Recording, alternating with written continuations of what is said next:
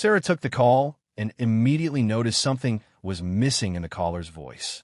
16 years of FBI criminal profiling experience told her this was the voice of someone speaking under duress. This person is being forced to speak, she noted, because there was a kidnapping victim on the phone. Before we dive into this incredible story, tell us in the comments which city you're watching from today. And if this story moves you, make sure to subscribe because tomorrow I have something very special planned for you. The Metro Emergency Communications Center hummed with controlled activity at 11:47 p.m. on a Tuesday night. Dispatchers fielding the steady stream of calls that kept a city of 800,000 people connected to emergency services. Sarah Mitchell sat at workstation 7, her headset comfortable after thousands of hours of guiding frightened callers through crises that range from medical emergencies to active crimes in progress, a T-41. Sarah had been working as a 911 dispatcher for 3 years, ever since she'd moved to Portland seeking a quieter life than her previous career had provided. The work was demanding, but meaningful. Being the calm voice that connected people to help during their worst moments felt like genuine public service. Sarah approached each call with systematic attention that most supervisors attributed to excellent training and natural aptitude for emergency communications. Her call resolution times were consistently fast, her information gathering was thorough, and her ability to keep callers calm during chaotic situations had earned respect from both colleagues and the emergency responders she coordinated with daily. What her fellow dispatchers didn't realize was that Sarah's approach to emergency calls had been shaped by 16 years as an FBI criminal profiling specialist. Her ability to read vocal stress patterns, recognize deception indicators, and identify psychological distress signals, all skills learned during years of analyzing criminal behavior and victim psychology for federal investigations. Tonight's shift had been typical for a Tuesday. 2 medical calls, 1 house alarm, 3 traffic accidents, and the usual collection of non-emergency calls that required patient redirection to appropriate services.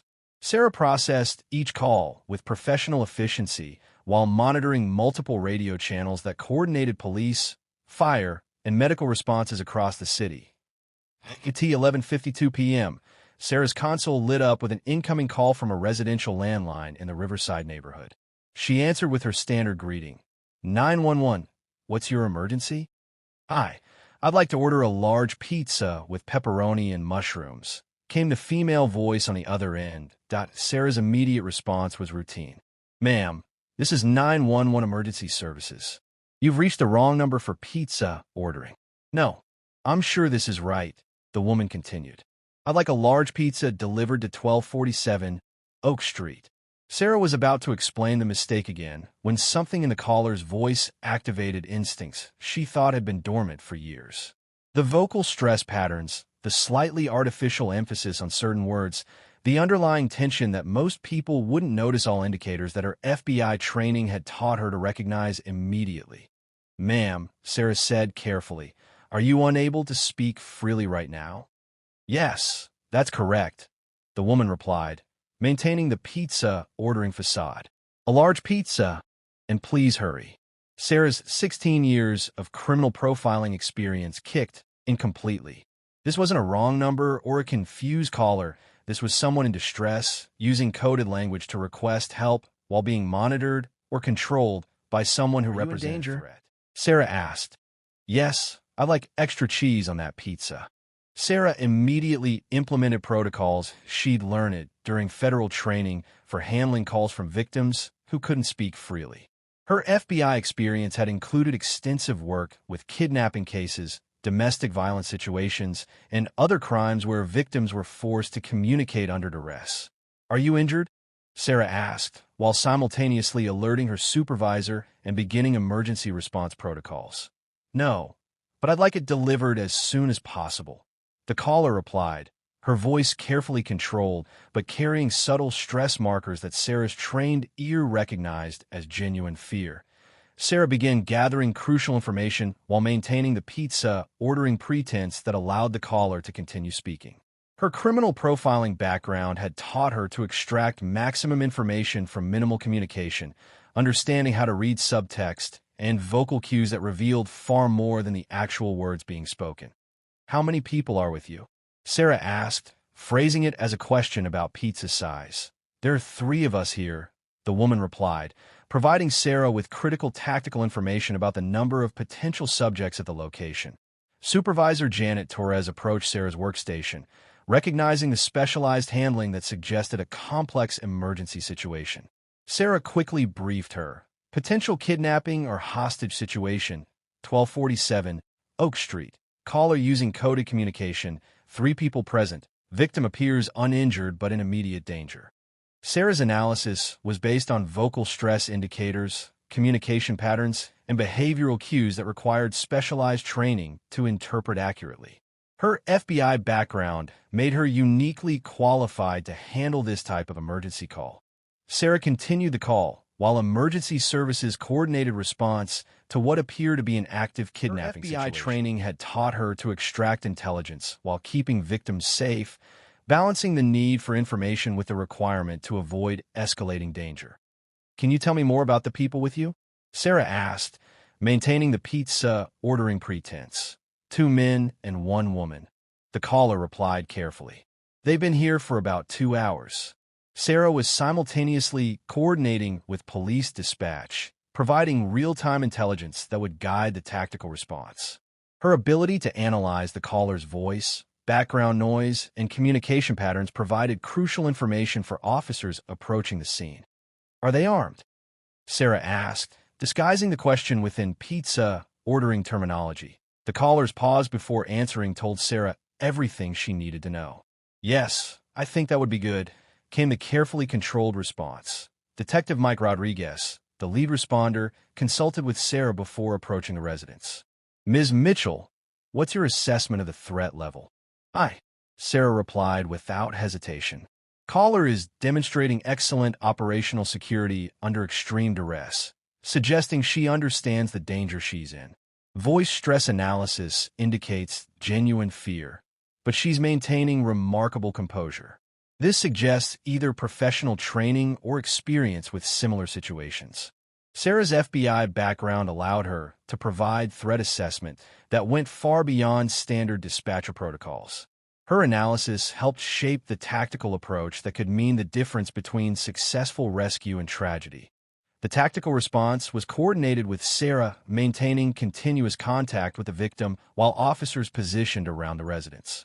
Her federal training in crisis communication proved invaluable for keeping the situation stable while law enforcement prepared for intervention. "Are you able to move around the house?" gathering intelligence about the victim's mobility and the perpetrator's control level.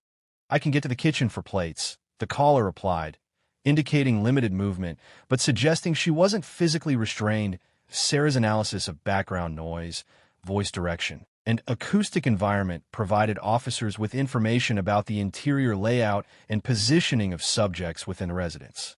Her FBI experience in analyzing communication intelligence made her an invaluable resource for the tactical team. "We're ready to deliver your pizza," Sarah said, using agreed-upon code to indicate that officers were prepared for entry. "Thank you," the caller replied. "I'll be watching for you." The tactical entry was swift and coordinated. 3 armed suspects were arrested without resistance, and the victim, Jennifer Walsh, a 34-year-old attorney who'd been abducted from her office parking garage, was rescued unharmed. "Outstanding work," Detective Rodriguez told Sarah during the debrief. "Your handling of that call probably saved her life. How did you know to use coded communication protocols?" Sarah smiled as she returned to her dispatcher console. "Just training and experience. Sometimes you recognize patterns that others might miss." The rescue operation received significant attention from law enforcement and media, but Sarah declined most interview requests. The 911 dispatcher who'd recognized a kidnapping victim's coded plea for help preferred to focus on the successful outcome rather than her role in achieving it. "Ms. Mitchell," said the reporter who did manage a brief interview, "how were you able to recognize that the pizza order was actually a distress call?" Sarah considered her response carefully. Emergency dispatchers are trained to listen for vocal stress and unusual communication patterns. When someone can't speak freely, they often find creative ways to ask for help. What she didn't mention was her 16 years of FBI criminal profiling experience, which had taught her to recognize exactly the kind of coded communication that Jennifer Walsh had used to signal her desperate situation. The case became a training example for emergency dispatchers nationwide, demonstrating the importance of listening beyond the words to understand the message that callers were actually trying to convey. Detective Rodriguez consulted with Sarah about developing training protocols that would help other dispatchers recognize similar situations. Your expertise in analyzing communication patterns could save lives if we can teach these skills to other emergency operators. The investigation revealed that Jennifer Walsh had been targeted by a kidnapping ring that specialized in abducting professionals for ransom. Her quick thinking in using the pizza ordering coded technique she'd learned from an internet safety article had provided the opening that Sarah's expertise could recognize and act upon. She was scheduled to be moved to a secondary location. Detective Rodriguez explained to Sarah during the case follow-up. Your recognition of her distress call prevented what could have been a much more complex and dangerous situation. The three suspects were charged with kidnapping, conspiracy, and weapons violations. Sarah's handling of the emergency call provided crucial evidence for prosecution, demonstrating how proper emergency response protocols could preserve victim safety while gathering intelligence. Your background in criminal profiling made the difference, FBI agent Lisa Chun told Sarah during a consultation about the case. Most dispatchers might have missed the significance of the coded communication. Sarah had returned to her regular dispatcher duties, but with new appreciation for how her federal background continued to serve public safety. The skills she'd learned during 16 years of criminal profiling had found new application in emergency communications. 6 months later, Sarah had become a specialized trainer for emergency dispatchers, teaching communication analysis techniques that helped operators recognize when callers couldn't speak freely about their situations. She designed exercises that simulated real distress calls, domestic violence victims forced to speak in code, abducted individuals pretending to order food, or terrified children calling from locked rooms. Her classes were unlike any standard dispatcher training. Instead of just focusing on clear information gathering, Sarah emphasized tone analysis, coded language, and the subtle hesitations that revealed hidden danger. Her unique combination of FBI experience and emergency services work made her invaluable for developing protocols that protected victims while simultaneously gathering actionable intelligence for investigators. She reminded her trainees that in many cases, dispatchers were the only lifeline between a victim and survival. People think 911 dispatching is just about getting information and sending help, Sarah explained to a training class of new dispatchers. She paced slowly across the classroom, pausing to play a recording of a coded call where a woman ordered a pizza while actually reporting an intruder. But we're also the first line of defense for people who can't directly ask for the help they desperately need. If you miss the cues, someone may not get a second chance to call again. The room was silent, the weight of her words settling over the young recruits who realized they were being asked to listen on a different level, not just with their ears, but with instinct and empathy. Her reputation spread quickly. Law enforcement agencies across the state requested her expertise in building training modules, and she was invited to speak at regional conferences about the evolving role of dispatchers as intelligence gatherers. In one workshop, she explained how a dispatcher had identified a trafficking victim by noticing that the caller kept referring to herself in the third person, a psychological indicator of coercion. Sarah's case examples became vital tools for dispatch centers eager to strengthen their frontline defense against hidden crimes. One afternoon, while she was reviewing recordings with her class, her phone buzzed with a message from Detective Rodriguez, another coded distress call downtown. Could use your expertise on the analysis. The timing was urgent. Sarah knew that such messages rarely came without lives hanging in the balance. She looked at her dispatch console, where operators were cycling through routine calls about fender benders and medical emergencies. Outside the window, the city she had chosen to serve stretched into the distance, busy streets, apartment complexes, families going about their daily lives. Somewhere among them, someone was silently asking for help, hoping a professional on the other end of the line would understand the message hidden beneath their words. "I'll take the call," she said, already reaching for her headset. Her trainees watched as she slid seamlessly from instructor to operator, demonstrating in real time the very skills she had been trying to instill in them. Her voice was calm, steady, compassionate, a lifeline that pulled meaning from silence and gave structure to chaos. Some skills never really retire. They just find new applications and new ways to serve the public good.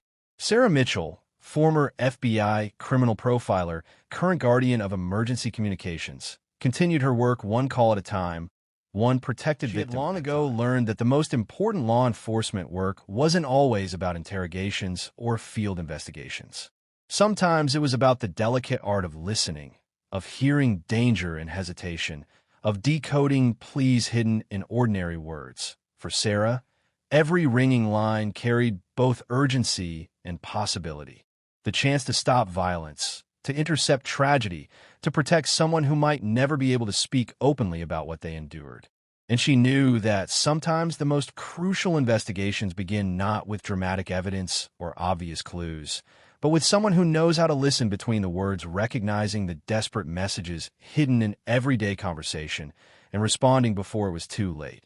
Have you ever had to use professional skills in an unexpected way to help someone in crisis? Share your stories in the comments below, and let us know what city you're watching from today, that if this story of hidden expertise and life-saving communication resonated with you. Make sure to subscribe and hit that notification bell. And don't miss the 2 compelling stories appearing on your screen right now. Click and discover more tales of everyday heroes with extraordinary training. Because sometimes the most important rescues happen through a phone line, by people who know how to recognize a cry for help disguised as something completely ordinary. See you in the next videos. Don't forget to like and subscribe.